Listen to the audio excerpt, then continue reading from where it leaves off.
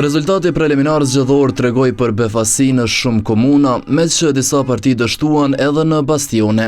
Një ndër goditjet më të mëdha u dha në Drenas, ku PDK-ja humbi bastionin historik. Ish-kryetari Ramiz Ladrovci garoi si i pavarur dhe fitoi pa balotazh, duke mposhtur kandidatin e vet partisë që dikur përfaqësonte Petrit Hajdarin.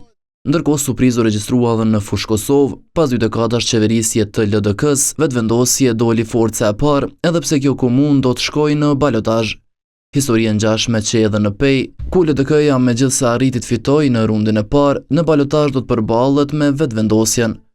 Garë interesante u zhvillua edhe në kryeqytetin historik Prizrenin, aty Partia Demokratike ndonse e para nuk arriti që më të parën ta vazhdojë qeverisjen dhe garën do ta ketë me vetëvendosjen në balotazh.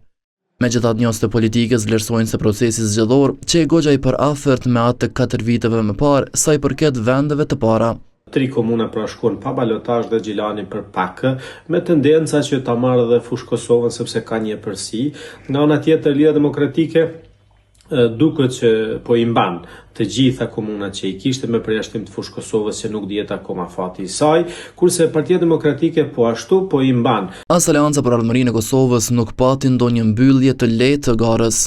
Në bastionet e saj si Gjakova, Suareka, Klina dhe Rahoveci, gjithçka do të vendoset në balotazh, ndërkohë që vetëm Deçani u ruajt pa telashe me një mandat të tretë radhazi. Ka një rënje të lehtë, por sigurisht se duket se po i mban pra me një komunë pa balotazh dhe shumë afër për të kaluar, pra nuk pretet problem për ta marrë Gjakovën, ndërka që edhe në Suarek qëndron goxha mirë, pra po ashtu edhe në komunën e Klinës dhe natyrisht nuk pritet ndonjë befasi as në Rahovec.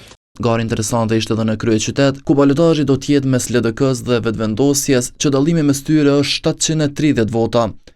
Edhe më ngushtë është gara në Mitrovicë të Jugut, ku kandidati i PDK-s si fitues ka vetëm 28 vota më shumë se ai i lëvizjes vetëvendosje.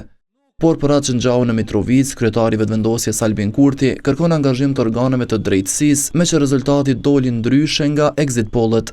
Nuk bëhet fjalë vetëm për një huqje, por për një inxhiniering të paramenduar për ndërhyrje flagrante në procesin zgjedhor. Sidoqoftë, balotazhi që do të vendos përfundimisht se kush do të udhëheqë me këto komuna do të mbahet me 9 nëntor.